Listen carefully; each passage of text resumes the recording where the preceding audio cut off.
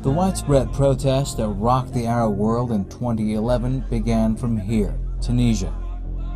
A series of street demonstrations swept across the country in response to high unemployment, corruption, and lack of political freedom.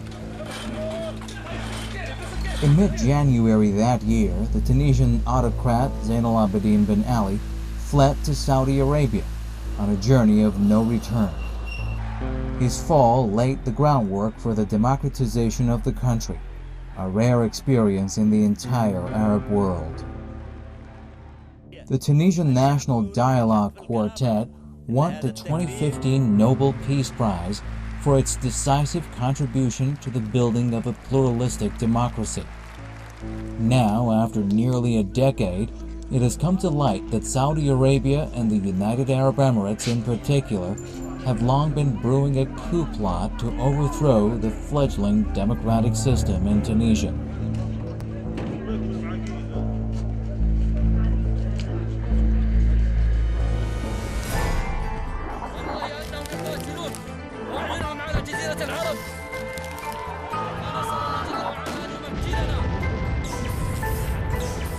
الحادث اللي حدث مؤلم جدا لجميع السعوديين.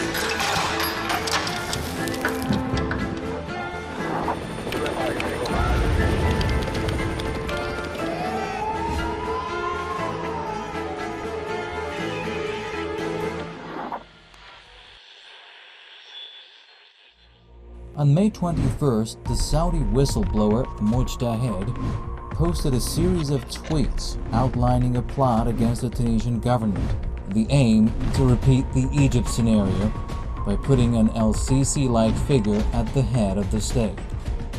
The plot, according to Mujtahid, has several steps, beginning with the demonization of the Ennahda movement, which forms the largest political bloc in Tunisia's National Assembly. It continues with throwing the country into security chaos, then organizing artificial protests aimed at dissolving parliament and suspending the constitution, and finally appointing a puppet loyal to Riyadh and Abu Dhabi. To begin with, Saudi and Emirati-controlled media outlets including Sky News Arabia and Al Arabiya, both broadcasting from the UAE, launched a series of attacks against the founder and leader of Ennahda, Rashid Ghannouchi. For instance, they spread inaccurate stories about his wealth, which they claimed to exceed $8 billion. In reaction, Ennahda issued a statement saying, "We regret attempts to sow discord by using suspicious websites and paid pens, as well as through satellite channels and foreign media networks known for their hostility to the Tunisian democratic experience without justification." In a parallel move, the media staged another smear campaign against Tunisian President Kais Saied, accusing him of inability to run the country. That said, the media campaign is a rusty tactic used by the two Arab states, which many observers consider as ineffective.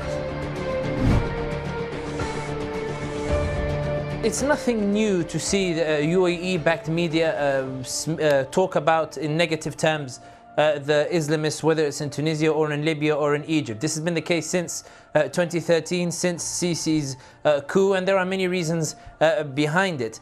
Moreover, I think that even domestically in the media, Tunisian media, a lot of which is independent of the UAE and independent of some of these anti-Islamist parties, they themselves have been very critical of Nahda, very critical of the Islamist party. So the idea that the UAE-backed media is capable of preparing the groundwork for a potential coup via the media, the idea that the UAE is capable of launching an effective smear campaign in Tunisia is quite difficult to swallow. Everybody is aware that the UAE has not been fond of Tunisia's democratic process from the beginning. Everybody is aware that the UAE has been trying to push for more authoritarian regimes in the region.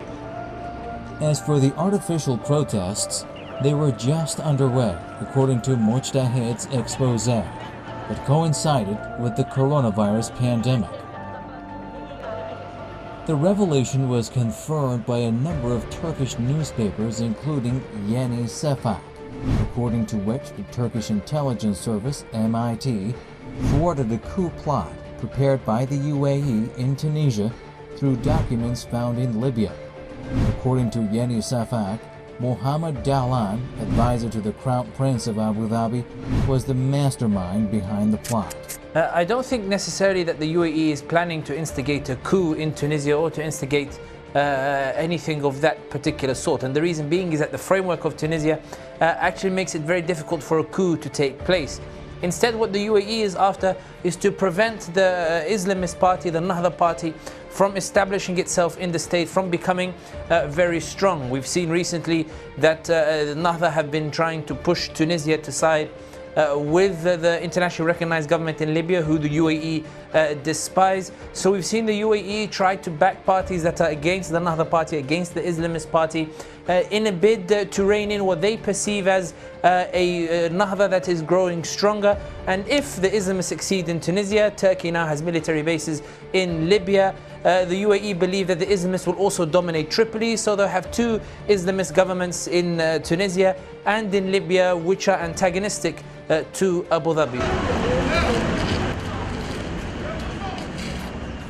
The information about the coup was leaked to Mujtahid by some individuals who were initially involved in the plot itself, but later decided to abandon it when they came to realize how grave the aftermath of it would be. According to these anonymous sources, the main agents who were to orchestrate in the coup included Abir Musa, head of the Free Constitutional Party, Mohsen Marzouk, head of the Project of Tunisia, Olfa Youssef, a well-known academic, as well as other activists close to the former Prime Minister Youssef al-Shahed, and other Tunisian personalities known to be close to the UAE. They were all supposed to work in coordination with the Tunisian businessman Kamal al-Latif, nicknamed the Tunisian Kingmaker.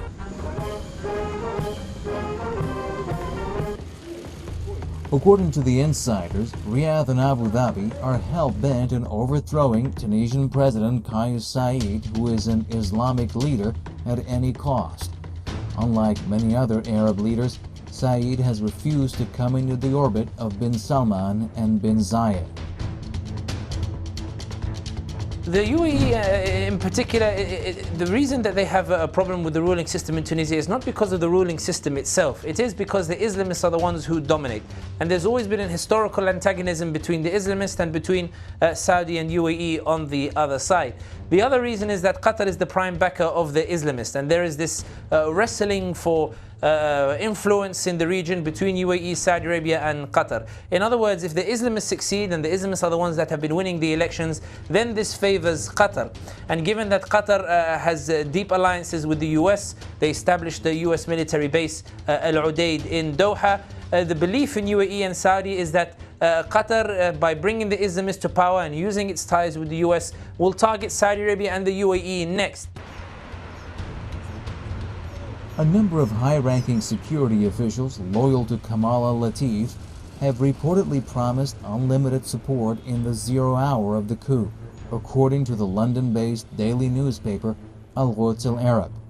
Despite the passage of 10 years since the victory of the Tunisian Revolution, Ben Ali's men still have a strong foothold in the security apparatus, the justice system, as well as the media. Regardless of the outcome of the Saudi Emirati scenario, the critical point is that since the past decade, such undermining campaigns have been at play without interruption.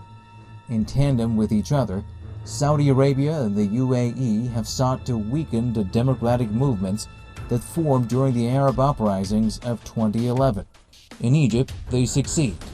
In Yemen and Libya, they are struggling. And in Tunisia, they're hatching the plot.